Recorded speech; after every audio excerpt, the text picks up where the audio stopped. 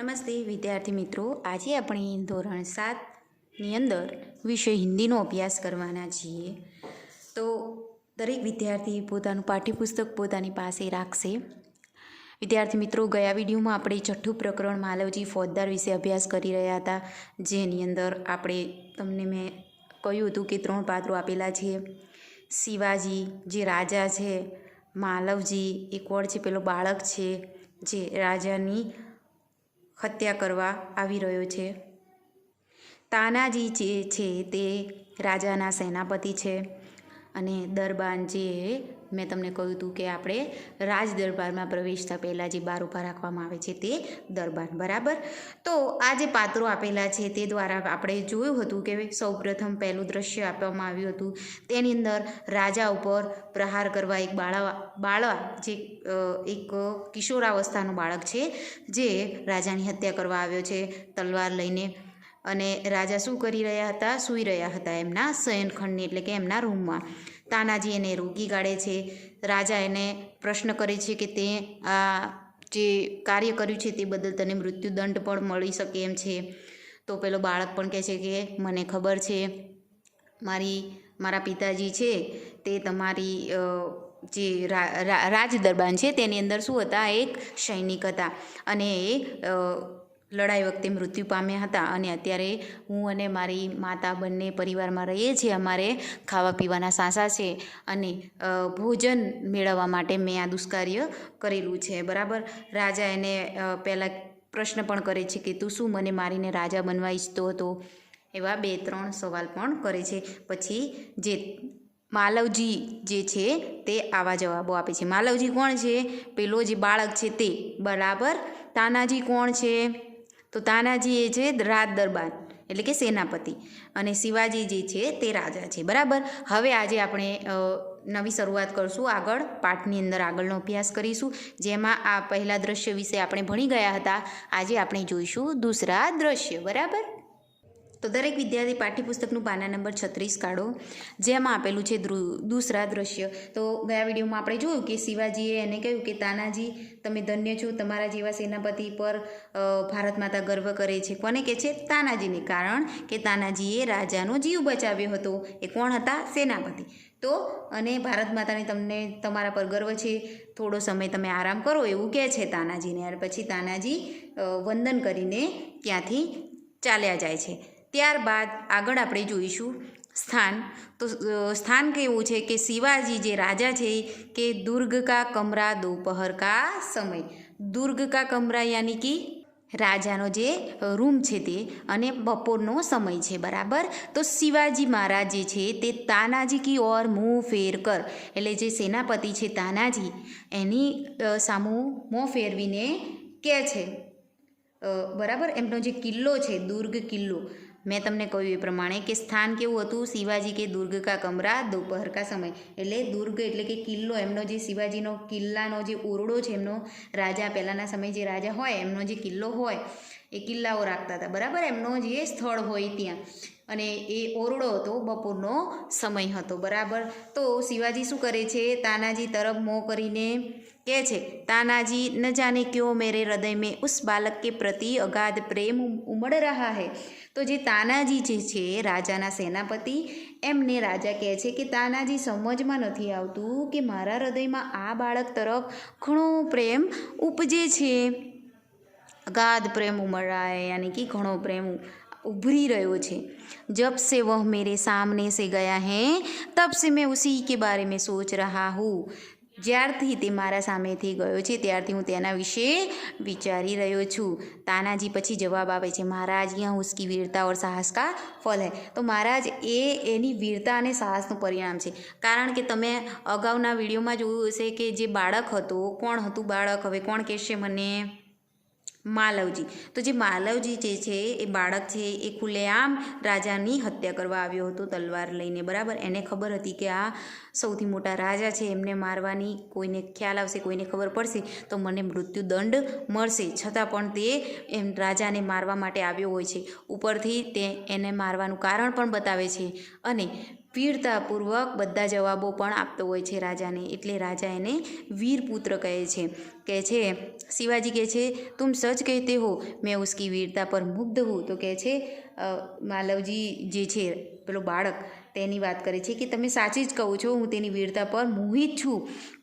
इतनी छोटी अवस्था और इतना साहस, जिस शिवाजी के नाम से मुगल सेना कांपती है उसके सामने एक बालक का इतना साहस, तो કે છે તમે સાચું જ કહો છો કે હું તેની વીરતા પર મોહિત છું। આટલી નાની ઉંમરમાં આટલું મોટું સાહસ એણે કર્યું, જે શિવાજી એટલે કે જે રાજા હું પોતે છું એના નામથી મુગલ સેના, આખી મુગલ સેના કાપી ઉઠે છે, તેની સામે એક બાળકનું આવું સાહસ, એની સામે કોઈ રાજાની સામે કોઈ બોલી પણ ન શકે।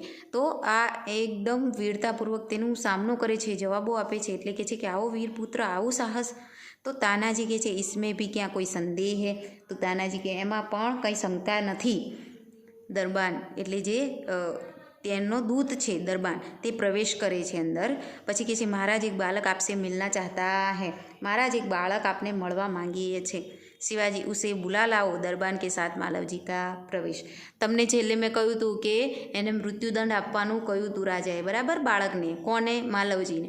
તો માલવજીએ કહ્યું હતું કે મને એકવાર મારી માતાના દર્શન કરવા દો, પછી હું પાછો આવી જઈશ, એટલે એ માટે ગયો હોય છે। અને મને લાગે છે કે દર્શન કરીને અત્યારે જે ચર્ચા થઈ રહી છે ત્યારે જે પાછો માલવજી દર્શન કરીને પાછો આવે છે, અને પાછો આવીને કહે છે માલવજી महाराज आपका अपराधी मृत्युदंड पाने के लिए प्रस्तुत है। જો એની વીરતા, મહારાજ તમારો ગુનેગાર મૃત્યુદંડ માટે હાજર છે, અને પાછો પણ આવી જાય છે અને મૃત્યુદંડ પણ માંગે છે।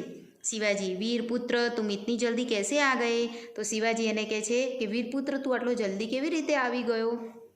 શિવાજી એવું કહે છે, બરાબર। તો मालवजी કહે છે महाराज आपसे विदा होकर मैं घर पहुंचा, माता बड़ी देर से मेरी प्रतीक्षा कर रही थी, देखते ही उसने मुझे छाती से लगा लिया। उस समय मैंने सोचा कि मैं उससे सारा भेद कह दूं, परंतु मेरी हिम्मत न पड़ी। अब मैं आपकी सेवा में उपस्थित हूँ, आप जो चाहे कर सकते हैं, परंतु मरने से पहले मैं एक बात और मांगता हूँ।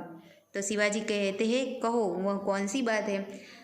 પેલો માલવજી કહે છે કે તમારી પાસેથી હું વિદાય લઈને ઘેર પહોંચ્યો, મારી માતા મારી રાહ જોતી હતી, ત્યારે જ મને છાતીએ એકદમ ચાપી લીધો, ભેટી લીધો। તે સમયે મેં વિચાર્યું કે બધી હકીકત હું જણાવી દઉં, પરંતુ મારી હિંમત ના ચાલી। હવે હું પાછો આવી ગયો તમારી સામે, તો તમારી જે ઈચ્છા થાય તમે કરી શકો, મને ગમે તે દંડ આપો, પરંતુ મેં મરતા પહેલાં હું આપની પાસે એક વાત મૂકવા માગું છું, એક વાત કહેવા માગું છું। તો શિવાજી એને કહે છે કે કઈ શું વાત કહેવા માંગે છે તું? तो मालवजी કહે છે કે मेरी माँ की देखरेख का समस्त भार आप अपने ऊपर ले लीजिए। શું કહે છે કે મારી માતાની બધી જ જવાબદારી તમે લઈ લો, એમ કહે છે કે હવે તો મને મૃત્યુદંડ મળશે, હું તો મરી જવાનો છું, તો મારી માતાનો હું એક જ પુત્ર છું, એમના મારા પિતા પણ મૃત્યુ પામ્યા છે લડાઈમાં, બરાબર। તો હવે તમે મારા મૃત્યુ પછી મારી માની બધી દેખરેખનો સમસ્ત ભાર, બધી જ જવાબદારી મારી માતાની તમે લઈ લો, बराबर। तो शिवाजी કહે છે वीरपुत्र तुम सचमुच क्षत्रिय हो, क्षत्रिय पुत्र हो। शिवाजी वीरों का आदर करता है, उनकी हत्या नहीं करता। अब तक मैं तुम्हारी परीक्षा ले रहा था, वत्स तुम मेरी परीक्षा में सफल हुए, मैं तुम्हारा अपराध क्षमा करता हूँ। जो राजा એને શું જવાબ આપે છે માલવજીને કે વીરપુત્ર તું ખરેખર ક્ષત્રિય પુત્ર છે। શિવાજી આવા વીરપુત્રનું સન્માન કરે છે, તેની હત્યા કરતા નથી, તેને મારી નાખતા નથી, તેવા બાળકનું એ સન્માન કરે છે, તેવા વીરપુત્રોનું સન્માન કરવું પડે।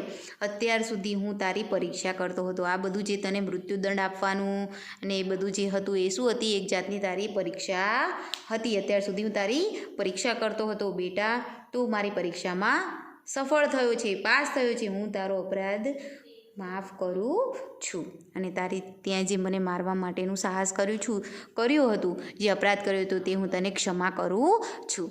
પછી માલવજી કહે છે શિવાજી કે पैरों में गिरकर आप धन्य हैं। તો માલવજી શું કરે છે?